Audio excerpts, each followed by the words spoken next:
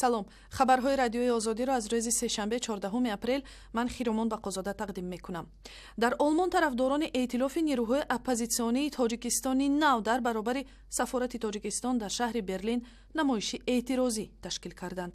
шарофиддин гадоев раиси созмони гурӯҳи 24 дар суҳбат бо озодӣ гуфт, эътироз бо талаби озодшавии зиндониҳои сиёсӣ дар тоҷикистон, хатми шиканҷаи маҳбусон ва истеъфои ҳукумат баргузор шуд. ба иддаои ӯ ин маъракаро аъзои созмонҳои гурӯҳи 24 ватандор, озодӣ ва адолат ва эҳёи тоҷикистони нав ки дар хориҷи кишвар амал мекунанд ташкил карданд. вай гуфт дар ин эътироз шаҳрвандони тоҷикистон аз олмон ва дигар нуқоти аврупо даъват шуданд. дар як суҳбати рӯзи душанбе сафири тоҷикистон дар олмон малик шоҳнеъматов ба радиои озодӣ гуфт, ин намояндагии дипломатӣ кори худро ба таври маъмулӣ пеш мебарад ва ҳар амале дар беруни ин сохтмон баргузор мешавад марбут ба қонунҳои кишвари олмон аст. баъди моҳи март кушта шудани муассиси созмони гурӯҳи 24 умаралӣ қувватов дар туркия, аъзои ин созмон дар муқобили консулгарии тоҷикистон дар Истанбул ҳам эътироз карда буданд. ахиран додгоҳи ноҳияи шаҳри Тузи вилояти Хатлон як сокини ҷавони ин ноҳияро ки аз роҳ ба Сурия пушаймон шуда баргаштааст, аз ҷавобгарӣ озод кард. Парвиз Набиев дар суҳбат бо радиои озодӣ нақл кард ки замони дар муҳоҷирати кори дар Русия буданаш тавассути мубаллиғони интернетии ҷиҳод ба Туркия роҳ ёфт. баъди 50 рӯзи таҳсил дар мадрасаи Имом Бухорӣ ин ҷавон дарк кардааст ки онҳоро барои ширкат дар ҷангҳои Сурия омода мекунанд ва тасмим гирифт аз роҳаш баргардад. падари Парвиз ки пайваста бо писараш дар тамос будааст, бо тақозои мақомоти амниятии Тоҷикистон аз ӯ ҳамеша талаб мекард ки баргардад. او مصلحت میکردیم ما خودمون رفته عرض کردیم شکایت کردیم بچه ما خیلی شکایت کردن همون مسئله شکایتی من هر یک تلفن میکرد بود پسر گشته بیا که میگفتیم دعوت میکردیم مقصد که شما در روی خطا رفتید گفته هم خیلی 5-6 ماه در موبایل گذشت من بعد گشته اومد از من مثلا پیمان کردم. саргузаштҳои ҷавоне аз роҳи ҷанги бегона баргаштаро аз забони худи Парвиз Набиев дар як суҳбати видеоӣ ҳамкорам дар Хатлон Орзуи Карим бишнавед.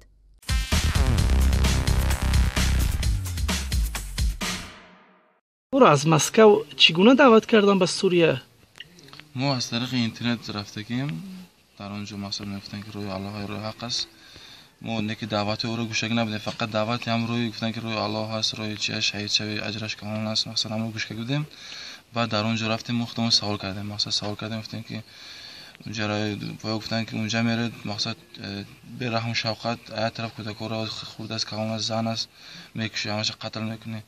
بعد شهید شده همسرت با زوری شهید چه میتیاد با یک مجاهد میگه به مجاهد دیگه میتیاد مقصد که میگه ما همراه گوش کردیم و فهمیدیم. بعد ما ای چی ما گشتیم ای مقصد ما گشتیم بعد ما گفتیم در ترکیه میخونیم نمیریم اینجا. بعد با گفتن که مالو نکه پاسپورت دست بودیم. بعد ما را یا دیگه هیچ چی نگفتن تا برکت بردن. بعد در راه ملیسای ترکیه دستگیر کردن. یعنی که شما برای ثواب گرفتن میرفتید؟ در اونجا گفتن که مقصد اونجا راهتون منو اجرت چیکارون نه مقصد جنتی میشتون روی حق است روی الله است مقصد راهتون جهاد کنید کشتن یهود است کافر است میفته به ما را میگفت شیعه گفته کشتن میگفتن. بلیطای شما را مسکو به ترکیه کی خرید؟ حسین گفته که شخص ما رو خرید دیگه. حسین قاری حسین. این قاری حسین هم از شهر توز به تو جای میدونن. الان در کجا است؟ الان در سیزو است. در سیزوی قربان تپه؟ آها بازداشتگاه قربان تپه. یعنی که او رو عفو نکردن؟ نمیدونم که در سیزوش دیگه است. همراه شما هم دو جوان دیگر از شهر توز بود. اینا کجا شدند؟ بعد از ما رو در ایدین بردن اما درکدار نیستن. درکدار نمیدونید کجا هستن؟ نمیدونم کجا رفتن. اونا کی بودن؟ نام نسبشون نمیتونید گفته؟ زهیر فاروق و قراخان دیلار.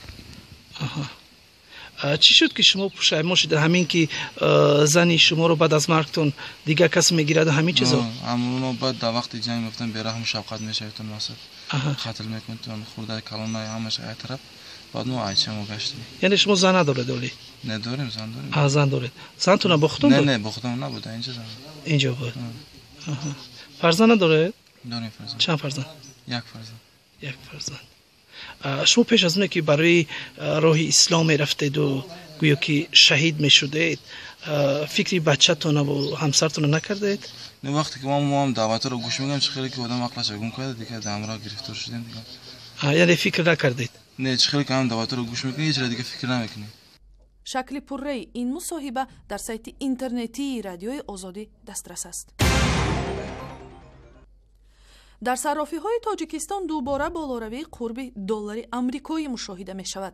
مشاهده‌ها نشان می‌دهند که بعد یک ماه آرامش دلار در برابر پول ملی سامانی بالا رفته 6 سامانی و 33 تا 35 درهم را تشکیل می‌دهد.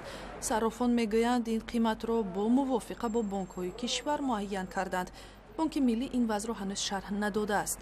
کارشناسان می‌گویند این روندی طبیعی بوده، پیش راهی بازار را گرفتن نمی‌شود. هنوز ماه پیش بانک ملی تاجیکستان در پی بالاروی بی‌سابقه دلار و کم پیدا شدنش در صرافی‌های کشور و بازار اسعار دخالت کرد و ارزش بالاترین آن را 6 سامانی و 26 تا 29 درهم معین نمود و فروش ارز خارجی را تنها با بانک‌های تجارتی محدود کرد. آن وقت مسئولین گفتند که بالاروی قرب دلار به میزان کم شده انتقال پول مهاجران و بحران ادامه یابنده اقتصادی در روسیه ارتباط می‌گیرد. در دوشنبه به نام مرادالله شیرعلیزاده نخستین سردبیر نشریه صدای مردم و وکیل شورای عالی جایزه تأسیس یافت. این جایزه از 5000 سامانی عبارت بوده هر سال به آنها داده می شود که کاری وکیلان پارلمان را بازتاب می دهد. مرادالله شیرعلیزاده سال 1992 در صحن حولی پارلمان پرانده شده بود و تا هنوز اسم قاتل او مشخص نشده است. در مراسمی به مناسبت 70 سالگی زادروز این ژورنالیست و سیاستمدار در دوشنبه از قتل خونین او به عنوان نخستین قربانی آستانه جنگ 5 ساله شهروندی یاد شد. مرادالله شیرعلیزاده تلاش ورزیدند که ساخت کنستیتوسیونی در تاجیکستان در کشور عزیز ما استوار بماند و تحولات جامعه بدون برخورد خونین صورت بگیرد و اما افسوس که خود این نفر انسانگرا اولین شهید این جنگ بیمایه آدمخوار گردید. در نتیجه جنگ داخلی تاجیکستان سالهای 1992-1997 کمتر از 150,000 شهروند تاجیکستان کشته شده است. دانشمندان در تاجیکستان 14 اپریل روز علم تاجیک را تجلیل کردند. در مراسم در فرهنگستان علوم تاجیکستان عالمان و پژوهشگران دستاوردهای علم تاجیک را در یک سال گذشته در ساحه‌های کیهانشناسی، کیمیا، بیولوژی و زلزله شناسی تاکید کردند. فرانسه در فرانسه منو بخشیده با جرم آسمانی پلانت خوبترین گراسیموف واچوباروف که پیشتر سر داده بودن این کشتی در همون سطحی همون سیاره پلانت رسیده بود جرم آسمانی و این در اکادمی علم و در همه رسانه‌های خبری جمهوری تاجیکستان علاقه و این خود را یافته بود یعنی نشر خودش. در میان دستاوردهای دیگری یک سازمان علمی تاجیک تأسیس خریطه زلزله تاجیکستان و ایجاد دستگاه روز علم تاجیک که همه سال 14 اپریل تجلیل می شود و افتخار زادروز نویسنده و متفکر تاجیک صدرالدین عینی گذاشته شده است. و برای دریافت ویدیو و خبرهای بیشتر سریع بزنید به سایت اینترنتی رادیو آزادی، شبکه‌های اجتماعی فیسبوک، توییتر، یوتیوب و هم ضمیمه رادیو آزادی برای تلفنی همراه.